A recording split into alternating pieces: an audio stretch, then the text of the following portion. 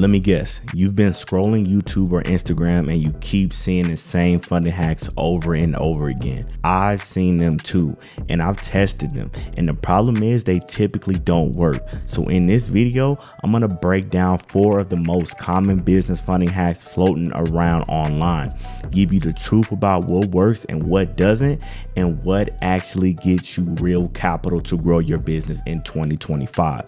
Let's dive in. So hack number 1 is a classic: net 30 accounts. The idea is simple. You go out, open a few vendor accounts with companies like Uline, Quill, Granger, Home Depot Supplies, Crown Office Supplies, and a few others. You make small purchases, pay on time, and let those accounts report to the business credit bureaus like Dun & Bradstreet.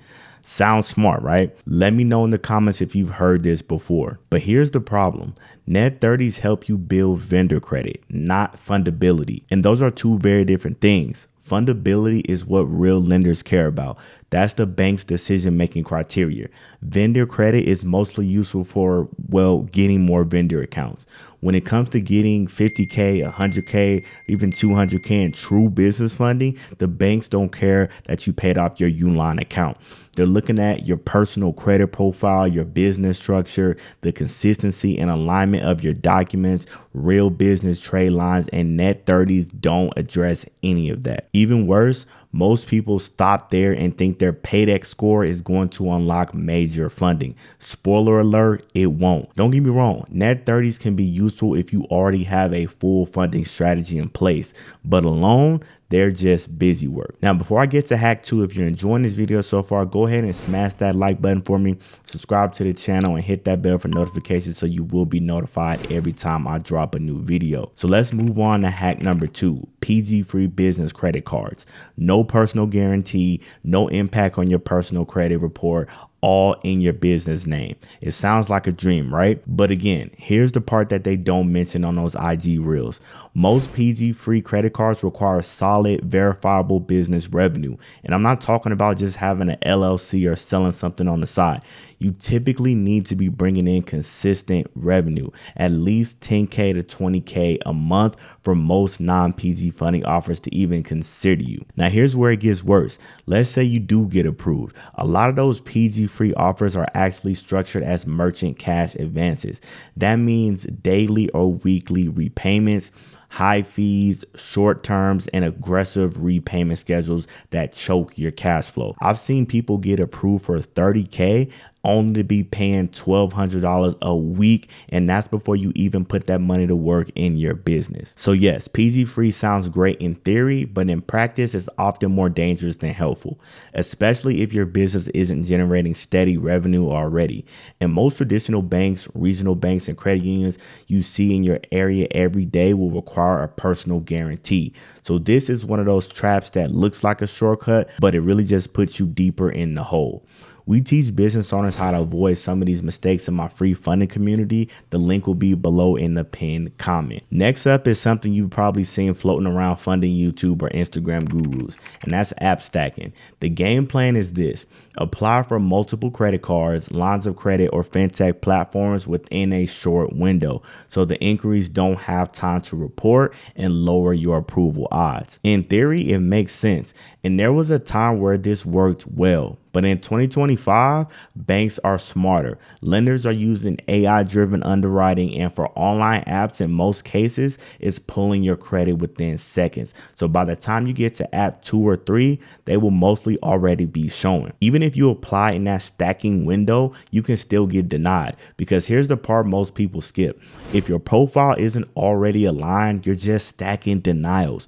Most of the people trying to app stack have a few recent inquiries already, don't know which banks pull in what region, don't know how their EIN, business address, or bank info is showing up on back-end systems. And when lenders see inconsistencies like mismatches between your business entity and your bank records or unusual IP login activity, they flag your profile.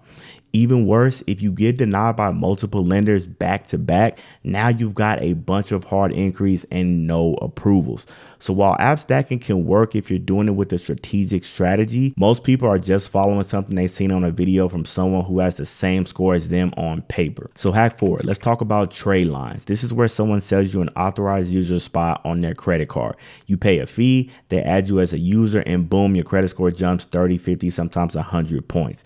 This method is very popular for people that just rebuilt their credit. So now you've got a 700 plus score, should be easy to get funded, right?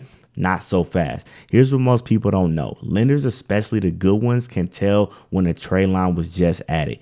They know when it's an authorized user, they know it's not your primary account, and they can easily discount it during the underwriting process.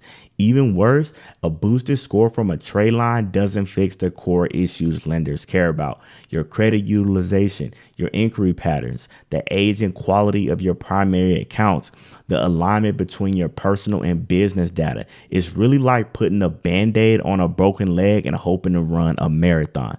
Now, are trade lines always bad? No, they can be a part of a larger strategy if used right and paired with everything else being in place. But if you're relying on trade lines to get funded, you're setting yourself up for a complete disappointment. So with all the hype and quick fix tactics out of the way, what actually works when it comes to getting real business funded? The truth is, there's no single hack that does it.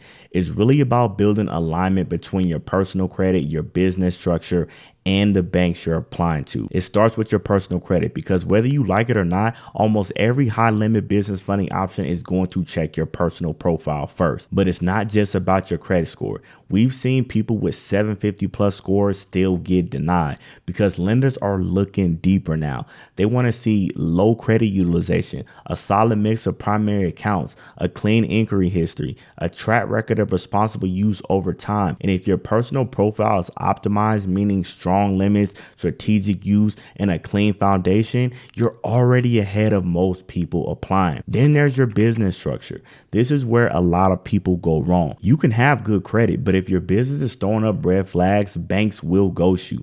And I'm talking about small things like your EIN and LLC info not matching your bank statements, your business address showing up as a PO box or virtual office, inconsistent information across your documents, online presence, and applications. Lenders are using AI tools now. They're looking for data consistency and they're flagging anything that doesn't line up. So if your paperwork is messy, your approvals are going to suffer no matter what your score is.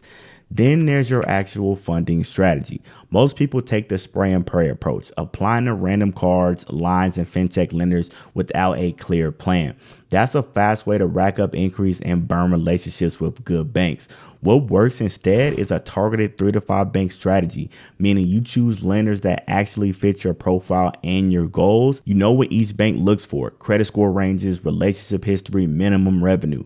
You time your applications properly and keep your documentation clean. You space out inquiries and work your approvals in rounds, not random guesses. This is how you unlock 50K, 100K, even 200K plus in total funding by stacking approvals strategically over time, not overnight. And when you combine those three things, a personal profile that's fundable, a business structure that's aligned, and a funding strategy that's intentional, that's when banks start saying yes. And that's when you finally get access to real capital, not daily repayments, no crazy interest, no giving up equity. And if you're serious about business growth, this isn't optional, it's foundational.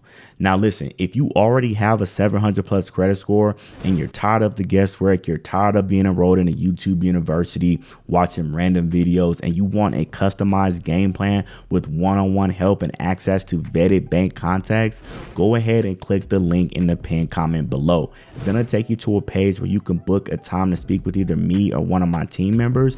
And on that call, we'll sit down with you, analyze your business, see if it makes sense for us to work together in our mentorship funding funding program. We do guarantee results in under 30 days. So if you're interested in that, go ahead and click the link in the pinned comment.